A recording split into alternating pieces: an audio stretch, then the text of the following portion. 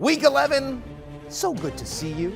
Green Bay Packers and Tennessee Titans leading things off here in Week 11 in the NFL, and it's the Titans with a convincing 27-17 win here on Thursday Night Football. Aaron Rodgers, stat line's not terrible, 24-39, 227, 2 touchdowns. Still can't get over that 3 Bills mark, but it was not the Green Bay offense that spelled the loss in this one. It was the Green Bay defense that allowed 408 total yards. Notably, Derrick Henry making up for 87 of those on the ground, had a rushing touchdown and a passing touchdown as well. Lambeau Burks having the breakout game he's been waiting for. The rookie rideout, 7 receptions for $111, more than double his previous career high, having himself a career night in that young career. And Ryan Tannehill, the one dishing it out to the tune of 333, 2 touchdowns, and a pesky little INT.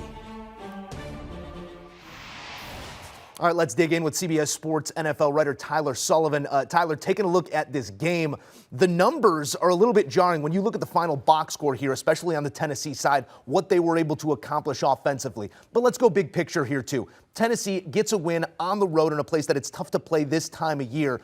Talk to me about the gravity of this win for the Titans, who on a standalone stage in primetime just sent a message to everybody.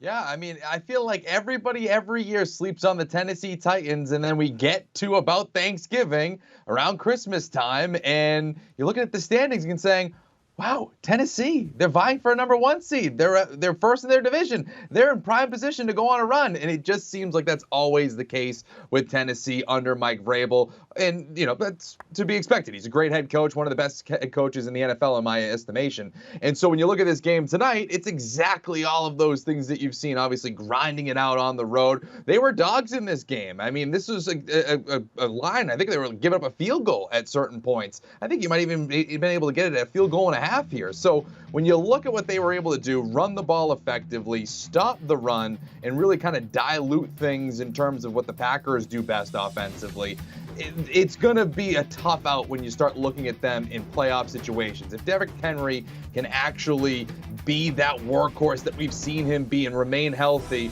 I mean, he's running, he's throwing, he's doing whatever he can to win his team football games. So for me, that's the most encouraging thing. I still have my doubts about them as a legitimate Super Bowl threat, but when you look at them as a team in the AFC, they are going to pile up wins, and you go back just a few weeks ago, and what happens if Ryan Tannehill is healthy for that overtime loss to the Kansas City Chiefs? We're probably potentially talking about a team that just became the number 1 seed in the AFC, not just bumping up over the Miami Dolphins for the number 2 seed. And here we see that AFC playoff picture. I want to have a larger conversation in a little bit here, but staying in the here and now with the result of this game, we know what Derrick Henry brings to the football field day in and day out.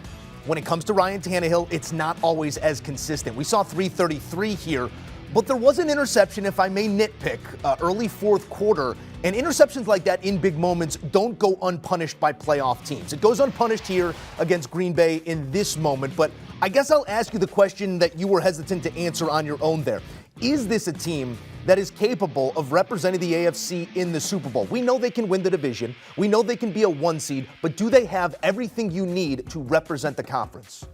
See, that's the biggest question, and I think it's going to come down to Ryan Tannehill, and I think it's going to come down to Tannehill and Burks. I mean, this is an important game for him. Obviously, the breakout, over 100 yards receiving, and he was budding to this. In that game he returned last week, he had a 16% target share.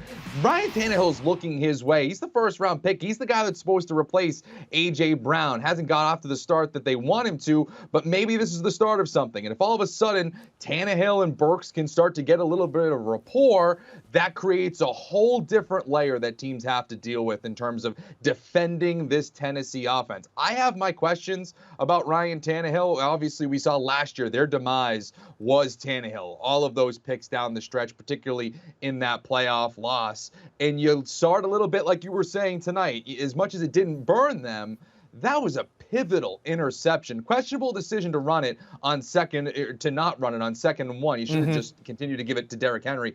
But not only that, questionable decision play calling wise, but also a questionable throw by Ryan Tannehill. Burks was blanketed, and there were 2 other Packers defensive backs in the area on top of the defensive back that was covering Burks. I don't think you should throw that ball. And so when we're talking about a team that's maybe a little bit more high-powered than the Green Bay Packers. If we're talking about facing a Cincinnati Bengals team, if we're talking about other contenders in the AFC, a Miami, they're going to make you pay on that one. And so when you take a 10-point lead, you throw an interception, that's more often than not against a good playoff team. That's going to open the door for you to lose those games. So that's my question, my concern there with Ryan Tannehill. And the moment is the only place that we will get that answer. So we'll see it here in January and see if those type of things continue to plague this Tennessee team, if that's where we do find them. But it's 337 passing yards to 8 different receivers. No matter how you chop it up, 4 of those passing yards did belong to King Henry.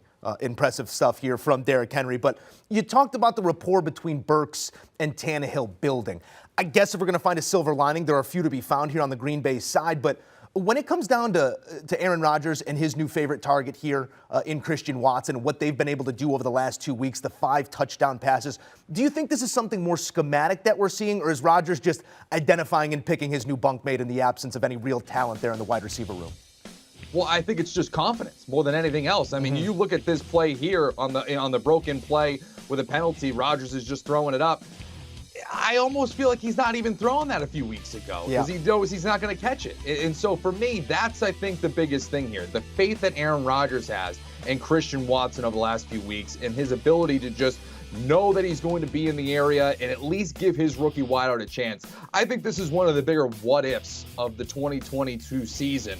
You go all the way back to week 1, first play of the season, Rodgers throws it up to Christian Watson, the highly touted rookie wide receiver, the speedster, has a clear touchdown, just isn't able to bring that down. The big what if there is, what happens if he catches that? Does that change the entire trajectory of the season? I don't think it's small thing, or I don't think it's hyperbole to say that. I think that all of a sudden that play happens. Rodgers has more confidence throwing to Christian Watson earlier in the season. As we've seen the last few days, Watson's capable of, for some reason, scoring 1 billion touchdowns. And so if all of a sudden that was what we saw earlier in the year, I think you see a much more efficient Packers offense with Aaron Jones and A.J. Dillon in that backfield. And that's the biggest thing. Right now, I think it's a little too late for the Green Bay Packers in terms of their playoff hopes, obviously falling even further below 500. But Christian Watson's been encouraging. So if you're looking for a silver lining here, the rapport between him and Rodgers is solid. It's budding. It just may be a little bit too late to impact 2022. That might be more of a 2023 thing. And as you take a look here, we are squarely in the what-if realm because it's all but over here for the Packers, who find themselves on that dreaded in the hunt graphic, and on the back end of it at 4-7 with the loss here on Thursday night. They also clinched the under in terms of their total season win total. It was constructed to be something different than this. So I'll ask you this question. How does Aaron Rodgers and Matt LaFleur and the leadership there in Green Bay keep this thing from going off the rails? Because it is a place where insults can be lobbed and criticism can be had.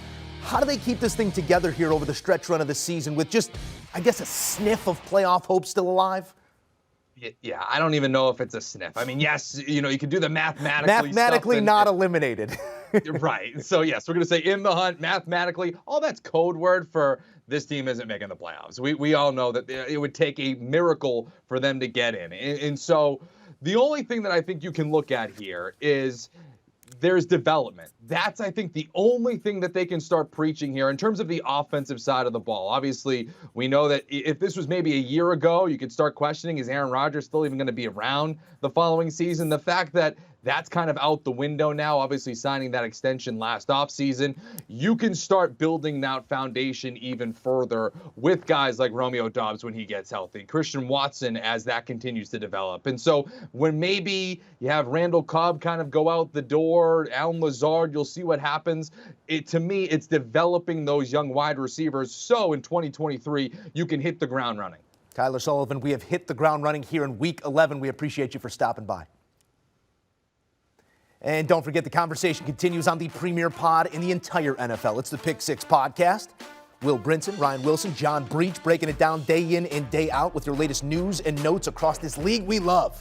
Download, subscribe, and enjoy the Pick Six Podcast. Do you want a sports network that delivers everything that matters about the game? The highlights, the picks, the instant analysis, no yelling, no fake debates, no politics. Hit the subscribe button and never miss a moment.